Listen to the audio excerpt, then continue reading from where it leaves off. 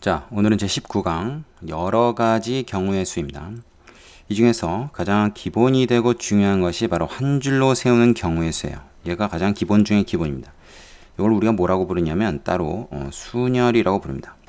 순서대로 나열한다 그런 말이죠. 순서대로 나열한다. 요 용어를 앞으로 쓸 거니까 기억을 해두세요. 한 줄로 세우는 경우의 수를 우리가 순열이라고 한다. 그럼 어떻게 구하냐?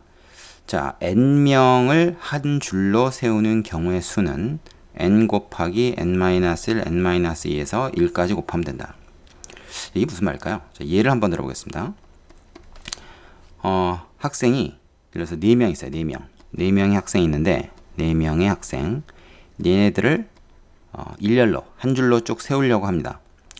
그러면은 자, 첫 번째 자리, 두 번째 자리, 세 번째 자리, 네 번째 자리 이렇게 위치가 있겠죠. 그러면 4명의 학생을 우리가 A, B, C, D라고 이름을 붙여봅시다. 그러면 여기는 A, B, C, D의 4명 중 누가 와도 다 가능하죠. 그죠? 그래서 4가지 경우가 있는 거예요. 근데 여기는 어떻게 됩니까? 여기에 온 사람 빼고 나머지 3명. 이를테면 여기에 만약에 뭐 D가 들어갔어. 그럼 D 제외하고 A, B, C 중에서 3명이 들어갈 수 있는 거 아닙니까? 그래서 여기에 들어갈 수 있는 경우의 수는 3가지가 돼요. 그런 식으로 따지면 이제 여기는 나머지 두 사람 중에 하나가 들어가야 되니까 2가지 경우를 선택할 수가 있고, 여기는 뭐야?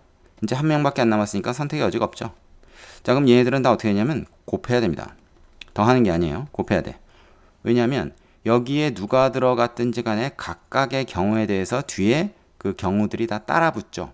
일종의 순서상을 우리가 생각하면 되는데, 그렇기 때문에 곱의 법칙을 써야 됩니다. 순서상의 개수는 곱의 법칙. 그래서 얘네들을 하나씩 줄여가면서 이렇게 곱한 상황이 되죠. 자, 4명일 때 이렇게 되니까 5명일 때는 5부터 시작해서 쭉 1까지 곱하는 게 되고, 그거를 일반화 시켰더니 n명을 갖다가 했을 때는 n부터 시작해서 하나씩 쭉 줄여가면서 계속 곱해 나가가지고 나중에 1이 될 때까지 곱하면 그것이 바로 n명의 학생을 한 줄로 세우는 경우의 수가 되더라. 이런 얘기입니다. 당연한 거죠. 자, 그래서 1번이 되게 기본이 되는 것이고, 2번은 뭘까요? n명 중에서 2명을 뽑아 한 줄로 세우는 경우의 수다. 자, 똑같은 예를 한번 들어볼게요. 이번엔 이제 4명의 학생을 갖다가 이제 다 세우는 게 아니고, 다 줄을 세우는 게 아니고, 4명 중에서 2명만 뽑아서 세웁니다. 그럼 자리가 딱 2개 있는 거예요. 여기 들어갈 수 있는 건 이제 4명이야. 그럼 이제 여기에 들어갈 사람이 처음에는 A, B, C, D 4명 다 들어갈 수 있으니까 4가지. 두 번째는 뭐야? 여기서 누군가 예를 들어서 C가 들어간 경우라고 치면 나머지 3명 중에 1명만 들어갈 수 있겠죠. 그래서 3가지. 그리고 여기서 끝나버립니다. 더 줄 세울 게 없으니까. 그래서 4 곱하기 3, 12가지가 돼요. 역시 곱의 법칙을 써야 됩니다. 요 4명 각각의 경우에 대해서 다 3가지씩이 붙기 때문에 이건 4와 3을 더하는 게 아니라 곱해야 되겠죠. 그래서 이걸 일반화 시켰더니 어떻게 되더라? n명을 가지고 하면 n 곱하기 n-1. 그죠? 그러니까 위에 거에서 처음 2개만 곱하면 되는 거죠. 자, 그러면 마찬가지로 세 번째 건 여러분이 자연스럽게 결론을 내릴 수가 있을 겁니다. 2명이 아니라 3명을 가지고 하면 어떻게 되냐? 자, 2명의 경우가 n에서부터 2개의 숫자를 곱했다면 3명의 경우는 n부터 시작해서 하나씩 줄여가면서 3개의 숫자를 곱하면 되겠죠. 여기 이제 자리가 하나만 더 생기는 겁니다. 그죠? 그럼 어떻게 되겠어요? 만약에 2명이 아니라 3명을 세운다 그러면 남아있는 게 2명이니까, 그죠? 세 번째 자리에는 우리가 2가지 선택을 할 수 있다. 이렇게 돼서 4 곱하기 3 곱하기 2. 요거를 n명으로 확장해서 일반화 시키면은 이렇게 되는 거죠. 당연하죠? 예. 자, 그래서 요 예를 밑에 지금 들어 놓은 것이고요. 역시 4명 가지고 한 예를 들었고, 이게 뭐 4명이 아니라 5명, 6명이 돼도 마찬가지의 그 논리를 적용하면 됩니다. 그래서 이 n명일 경우로 우리가 기억을 해두면 되겠죠. 자, 그 다음. 자, 요번에는 한 줄로 세우긴 하는데 이웃하여 세우는 경우의 수입니다. 자, 조건이 하나 붙은 거죠. 그냥 한 줄로 그냥 세우는 게 아니라 한 줄로 세우는데 꼭 이웃하여 세워야 된다. 누구와 누가 꼭 이웃하여 서야 된다. 뭐 이런 조건이 붙는 거예요. 그래서 이런 경우는 어떻게 하냐? 이웃하는 것을 하나로 묶어서 한 줄로 세우는 경우의 수를 구한다.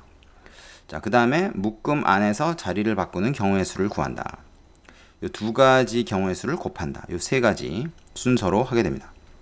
자, 이것도 역시 예를 들어서 설명을 해보겠습니다. 역시 4명이 있어. A, B, C, D 4명이 있는데, 자, 4명을 줄 세운다 이거야. 그러면은 일단 경우의 수가 원래는 이거였죠. 그죠? 아무 조건이 없을 땐 이건데, 여기서는 4명 중에서 이를테면 B하고 C가 되게 친해. 그래서 둘이는 꼭 붙어 있어야 돼. 이런 조건이 있다 그러면 이렇게 4, 3, 2, 1 곱하는 게 아니고 어떻게 되냐? B하고 C를 묶어서 한 덩어리로 생각해야 됩니다. 한 덩어리. 그러면 A하고 D하고 이 덩어리까지 이제 3명을 줄 세우는 경우다라고 생각해야 돼요. 4명이 아니라 3명이라고 생각해야 됩니다. 얘네를 묶어서 한 명으로 봐야 되니까. 그러면 어떻게 되냐면 3 곱하기 2 곱하기 1이 되는 거죠. 3명 세우는 거니까. 그런데 그 안에서 그 3명 세운 것 중에서 이 6가지 경우 중에서 B하고 C가 이렇게 붙어 있는데 얘네들끼리 자리를 바꿀 수가 있어요. C하고 B 이렇게 자리를 바꿀 수가 있습니다. 그럼 그거는 이 6가지 경우 각각에 대해서 다 적용할 수 있는 건데 두 가지 경우를 더 우리가 생각할 수 있는 거죠. 각각의 경우에 대해서 두 가지씩을 더 생각할 수 있는 거니까 곱하기 2를 해야 된다 그 말이에요. 되겠습니까? 이것이 바로 여기서 얘기하는 묶음 안에서 자리를 바꾸는 경우의 수라고 하는 게 바로 이것이 됩니다. 그죠? 그리고 요건 뭡니까? 그 이웃하는 것을 하나로 묶어서 한 줄로 세우는 경우의 수라고 하는 게 바로 요것이 되는 거죠. 거기다가 묶음 안에서 위치 바꾸는 것까지 곱해주면 된다. 이렇게 되는 겁니다. 그 다음에 1과 2의 경우의 수를 곱한다라는 게 바로 요 부분이 되는 거죠. 자, 이렇게 이해되시죠? 네. 그래서 요 순서대로 가면 됩니다. 자, 다시 정리해서 이웃하는 것을 하나로 묶어서 한 줄로 세우는 경우의 수를 구한 다음에 묶음 안에서 자리를 바꾸는 경우의 수를 따로 구하고 걔네들을 곱하면 된다. 이게 지금 다 곱으로 되어 있다는 것을 유의하시기 바랍니다. 자, 여기까지.